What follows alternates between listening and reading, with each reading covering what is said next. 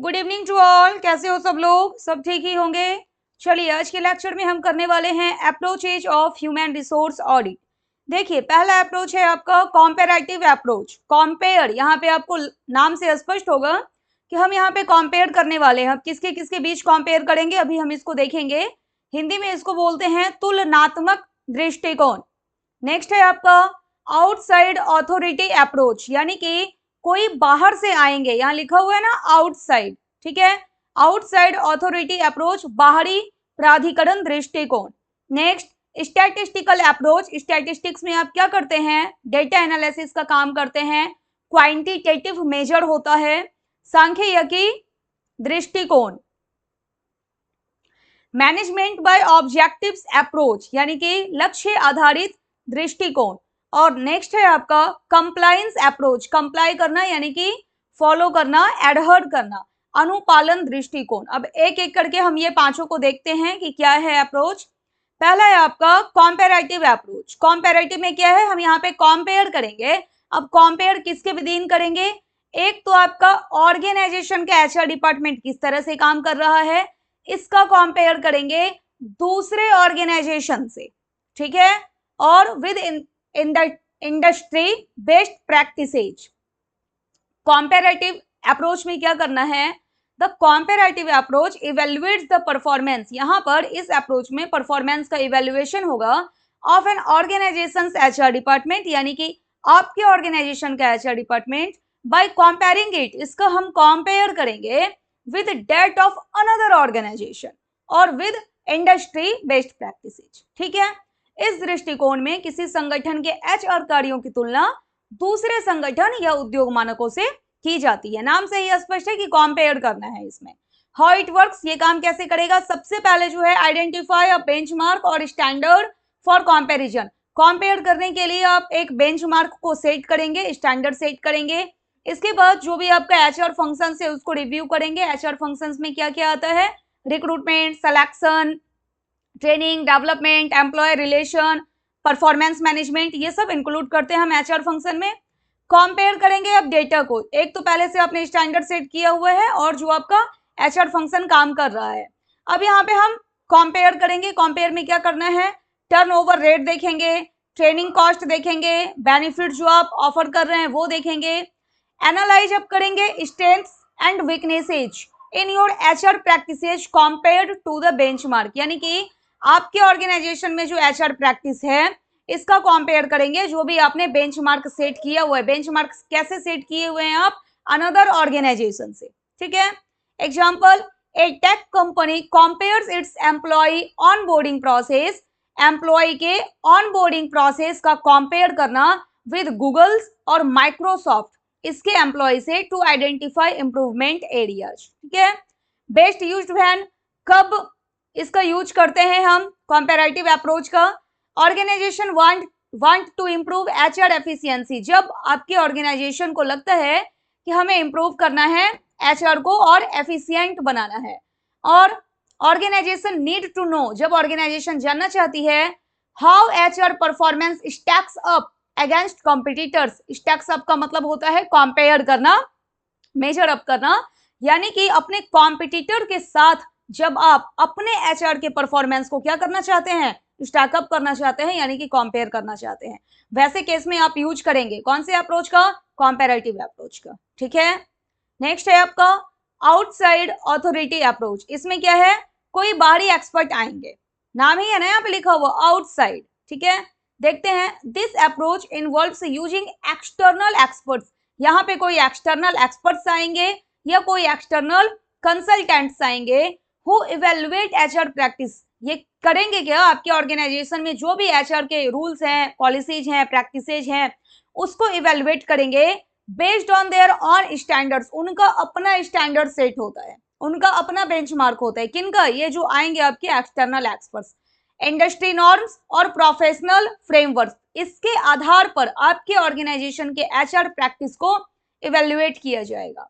इस दृष्टिकोण में एचआर ऑडिट बाहरी विशेषज्ञों या सलाहकारों द्वारा किया जाता है जो अपने मानक बोलते हैं स्टैंडर्ड को, या प्रोफेशनल गाइडलाइंस के अनुसार मूल्यांकन करते हैं, यानी कि इवैल्यूएशन करते हैं। हाउ इट वर्क्स, ये जो है आपका आउटसाइड अथॉरिटी अप्रोच, ये काम कैसे करता है। इसमें सबसे पहले आपको हायर करना है क्या, यही जो एक्सटर्नल एक्सपर्ट है या फिर जो कंसल्टेंट्स है, हायर एन HR कंसल्टेंसी और लीगल एक्सपर्ट, आप सबसे पहले हायर करेंगे। जब ये आपके ऑर्गेनाइजेशन में आ जाएंगे, जिनको भी आपने हायर किया है, उसके बाद इनका एक्सेस होना चाहिए आपके HR रिकॉर्ड्स तक, डॉक्यूमेंट्स और जो भी आपका प्रोसेस है वो सब एक्सेस कर पाए, यानी कि यहां तक इनकी पहुंच हो पाए। They use their own audit checklist और रेगुलेटरी फ्रेमवर्क। इसके बाद ये अपना कंपेयर करते हैं जो इनका पहले से सेट स्टैंडर्ड है, जो इनका प्रोफेशनल फ्रेमवर्क है और जो आपका रिकॉर्ड्स है, डॉक्यूमेंट है, जो आपका प्रोसेस है। इसके बाद दोनों का कंपेयर करके फिर ये आपको एक रिपोर्ट देंगे बनाकर, जो भी इनकी फाइंडिंग्स हुई है, यानी कि ऑब्जर्वेशन जो भी किया है इन्होंने, जो भी रिस्क है, पोटेंशियल रिस्क यानी संभावित जो भी जोखिम है, और सजेशंस अगर देना है तो फिर सजेशंस भी, कुछ रिकमेंडेशंस भी आपको दिया जाएगा इनकी तरफ से। एग्जाम्पल के तौर पर देखें तो an HR consultant audits and, एक HR कंसल्टेंट है जिनको बाहर से बुलाया गया, एक्सटर्नल है ये, आउटसाइड है। ऑडिट्स एंड ऑर्गेनाइजेशंस कंप्लायंस, यानी कि कोई एक HR कंसल्टेंट आपके ऑर्गेनाइजेशन में आते हैं और ये देखते हैं कि आपका ऑर्गेनाइजेशन जो है क्या ये कंप्लाई कर रहा है या नहीं। लेबर लॉज, लेबर लॉज के अंतर्गत कौन कौन सी बातें, आपका मिनिमम वेजेज एक्ट आ सकता है, वर्किंग आवर, कितनी देर आप काम करवा रहे हैं, कंपेंसेशन मैनेजमेंट, ये सब आएगा लेबर लॉज में, working hours and EEO, equal employment opportunity, ये सब आप एडहर कर रहे हैं या नहीं, कंप्लाई कर रहे हैं या नहीं, फॉलो कर रहे हैं या नहीं, ठीक है।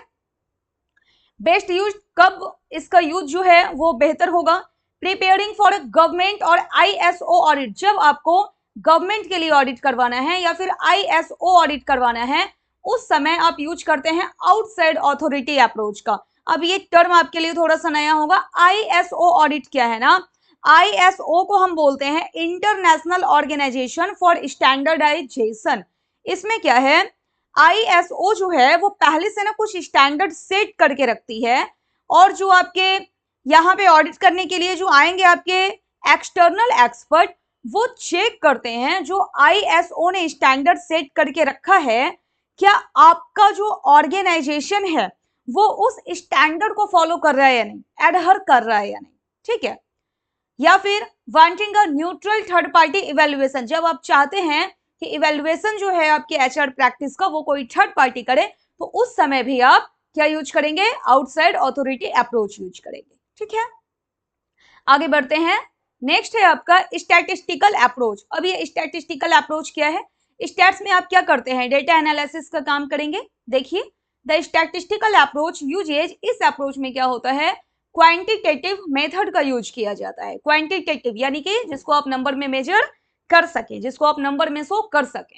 And data analysis to evaluate HR activities, यहाँ पर HR एक्टिविटीज या HR पॉलिसीज के इवेल्युएशन के लिए क्या यूज करेंगे, क्वांटिटेटिव मेथड का यूज करेंगे और डेटा एनालिसिस करेंगे एंड देयर आउटकम्स।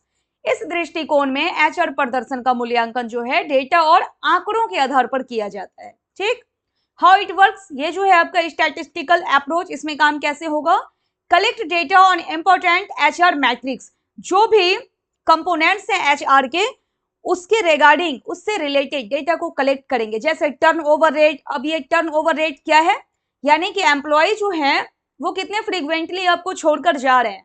अगर आपके एम्प्लॉय, मान लेते हैं कि अगर लास्ट ईयर की बात करें, आपके एम्प्लॉय जो हैं एवरी मंथ 2 एम्प्लॉय आपको छोड़ करके जा रहा था, और इस साल आप देखते हैं कि एवरी मंथ 3 एम्प्लॉय आपको छोड़कर जा रहे हैं, यानी कि आपकी ऑर्गेनाइजेशन को छोड़कर वो कहीं और स्विच कर रहे हैं, तो आप क्या कहेंगे, टर्नओवर रेट जो है वो ज्यादा हो गया है। पहले कम एम्प्लॉय आपको छोड़कर जा रहे थे, अब ज्यादा जा रहे हैं, तो टर्नओवर जो है वो क्या हो गया है, बढ़ गया है।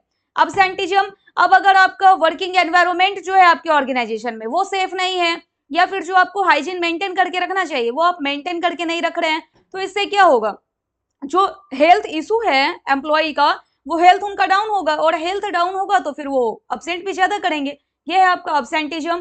कॉस्ट पर हायर, अगर आप हायर करते हैं एम्प्लॉयज को, क्या खर्चा आ रहा है आपका, एम्प्लॉय सेटिस्फैक्शन स्कोर्स, आपके एम्प्लॉय सेटिस्फाई हैं या नहीं आपके ऑर्गेनाइजेशन में।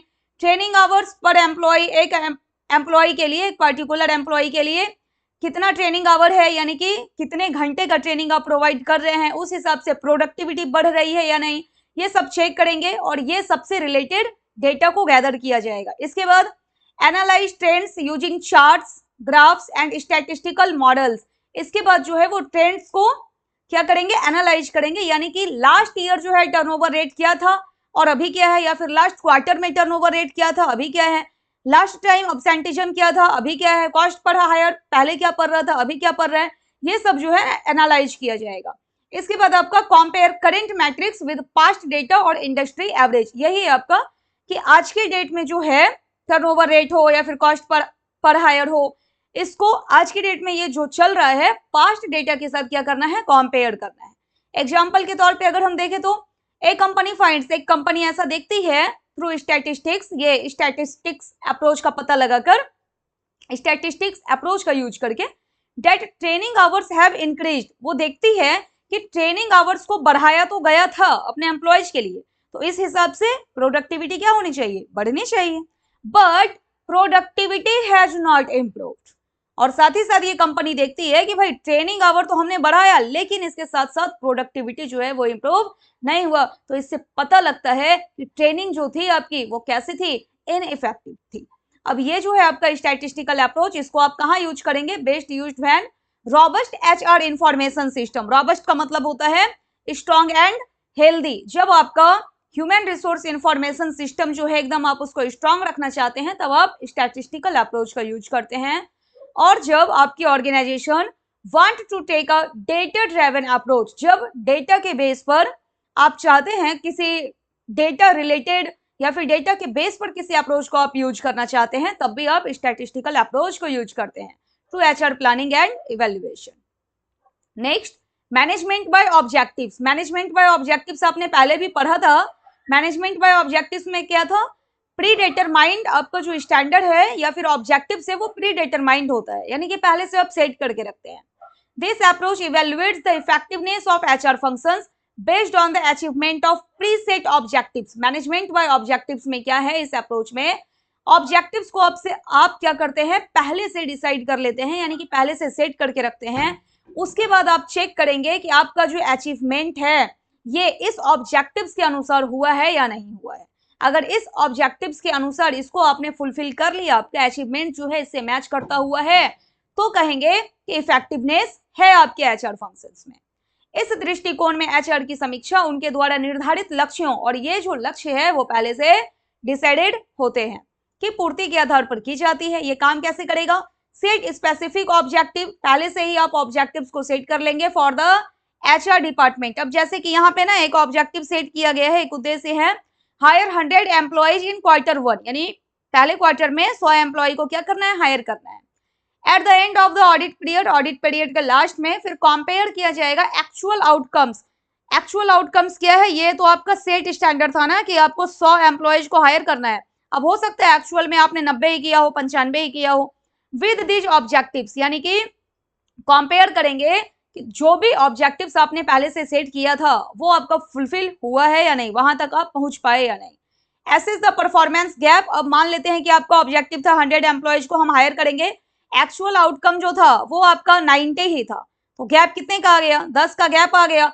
नेक्स्ट टाइम से ऐसा 10 का गैप नहीं आए, इसके लिए कुछ आपको रिकमेंडेशन मिलेगा, कुछ आप करेक्टिव एक्शंस लेंगे। ठीक है, एग्जाम्पल है आपका HR was supposed to increase employee engagement by 15% in 6 months.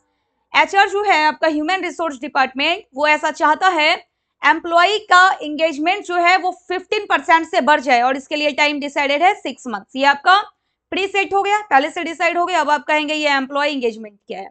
देखिए, एंगेजमेंट का मतलब है, एम्प्लॉय एंगेजमेंट का मतलब ये हो गया, ये एंगेजमेंट ना एक लेवल होता है, या आप इसको कह सकते हैं एक डिग्री होता है कि आपके जो एम्प्लॉय हैं वो कितना मोटिवेटेड हैं, कितना डेडिकेटेड हैं अपने काम को लेकर या फिर आपकी कंपनी को लेकर। ठीक है, अगर वो बहुत ज्यादा डेडिकेटेड है, मोटिवेटेड है, तो बहुत बेहतर काम करेंगे, प्रोडक्टिविटी ज्यादा होगी। अगर उनका एंगेजमेंट जो है वो लो है, वो कम है, तो प्रोडक्टिविटी भी जो है वो आपकी कम होगी। यही है आपका एम्प्लॉय एंगेजमेंट, यानी कि इसमें लेवल चेक करते हैं कि कितना डेडिकेटेड है आपके एम्प्लॉयज आपकी कंपनी को लेकर या फिर अपने काम के प्रति। HR was suppose to increase, HR जो है वो ऐसा चाहता है, वो सेट करता है 15% जो है वो इंक्रीमेंट हो, एम्प्लॉय का एंगेजमेंट जो है वो 15% से बढ़े। टाइम क्या दिया हुआ है, 6 महीना।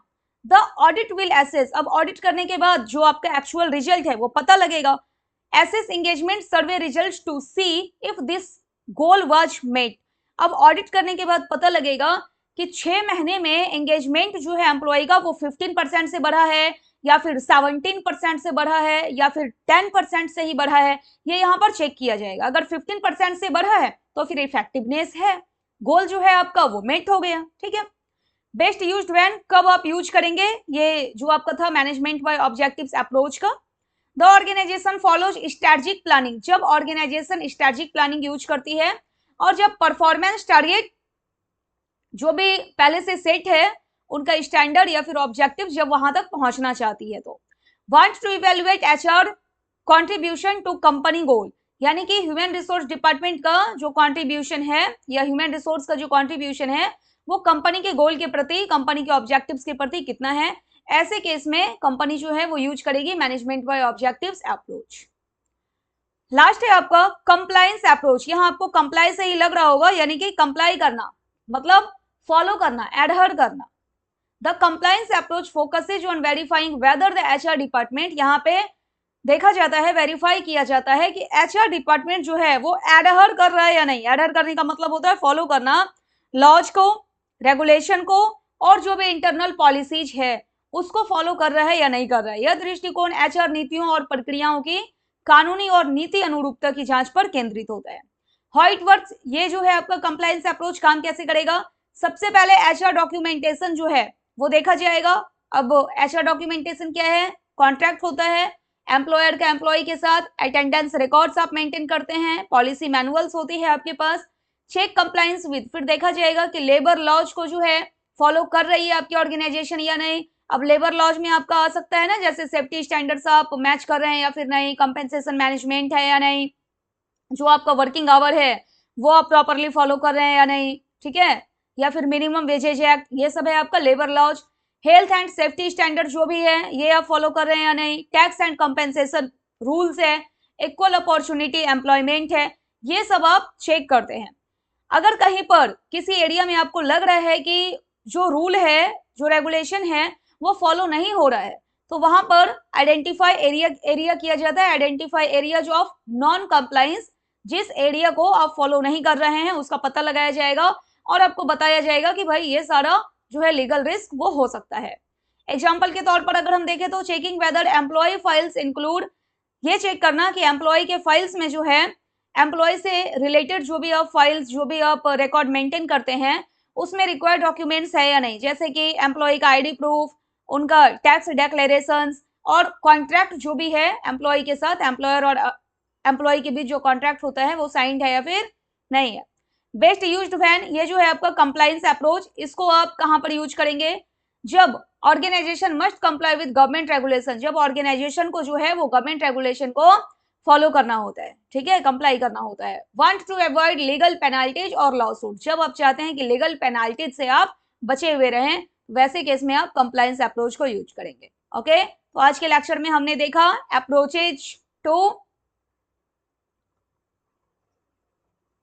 Approaches of human resource audit, इसमें आपका 5 अप्रोच था। कॉम्पेरेटिव, कंपेयर करेंगे हम इसमें। आउटसाइड ऑथोरिटी अप्रोच, कोई बाहरी पर्सन आएंगे, कोई एक्सपर्ट आएंगे या फिर प्रोफेशनल आएंगे यहाँ पर। स्टैटिस्टिकल अप्रोच, जब आप डेटा रिलेटेड जब काम करना चाहते हैं, ऑडिट करवाना चाहते हैं डेटा के बेस पर। मैनेजमेंट बाय ऑब्जेक्टिव्स, इसमें आपका प्री सेट स्टैंडर्ड होता है, उससे जो आपका एक्चुअल आउटकम होता है उसको कंपेयर करते हैं, फिर गैप निकालेंगे और अगर कोई गैप है तो फिर करेक्टिव एक्शंस लेंगे। कंप्लायंस अप्रोच, कंप्लाई करना मतलब फॉलो करना, जो भी रूल है, जो लॉ है उसको आप फॉलो कर रहे हैं या नहीं, ठीक है। तो ये था आपका approaches of human resource audit. Okay, thank you.